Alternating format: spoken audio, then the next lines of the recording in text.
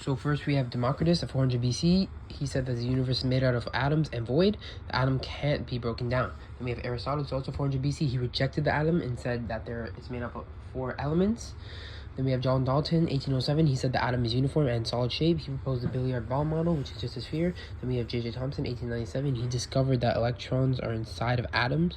He proposed the raisin bun or plum pudding model, which is just a sphere with tiny circles inside, which are electrons with negatives inside them. Then there's Ernest Rutherford in 1911. He proposed the gold foil experiment, which proved that most atoms are empty and the nucleus is positively charged, but there was a problem that accelerated charge should fall into the nucleus. Basically, what his experiment looked like was a alpha particle emitter, which is just a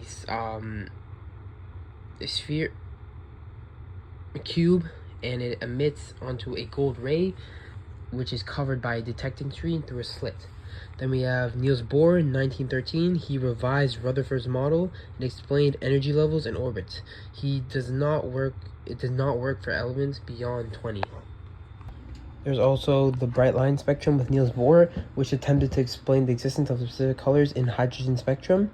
And he also found that electrons can jump orbits and absorb energy. He also found that electrons can come down and release energy in light form. Erwin Schrödinger, 1926. Electrons exist in orbitals, not orbits. An orbital is a region or volume of space where electrons are likely to be found. He also found that orbitals take shapes in SPDF. Then we have James Chadwick, 1932, and he discovered that neutrons are inside of the nucleus. Then there's Kirchhoff in the early 1800s, and he conducted the black body experiment. He found that a black body is a perfect black solid object that does not reflect any light and emits various forms of light, IR, visible, and UV, as a result of its temperature.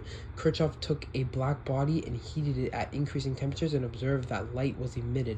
Basically what it is a cube, and it's a black cube, and you have 2 squiggly lines, one going away and one going to it. Then we have Max Planck. Max Planck interpreted Kirchhoff's black body experiment.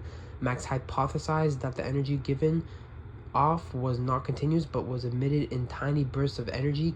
Then we have Albert Einstein, who used Planck's theory to solve the mystery of the photoelectric effect. The photoelectric effect basically states as light of a specific wavelength shines on a piece of metal, electrons are ejected. And the photoelectric effect looks like a rectangle, which is the metal, and inside of the rectangle there are tiny little spheres, which we call electrons. Then we have 2 arrows, squiggly arrows coming from the top of the rectangle, which are photons. And then there's 2 straight lines being emitted, and there's 2 dots at the end of these straight lines, which we call emitted electrons.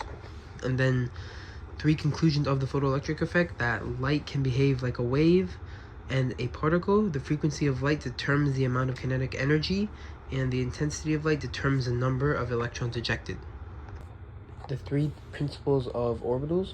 Number 1, we have Pauli's rule, so only 2 opposite spinning electrons occupy an orbital.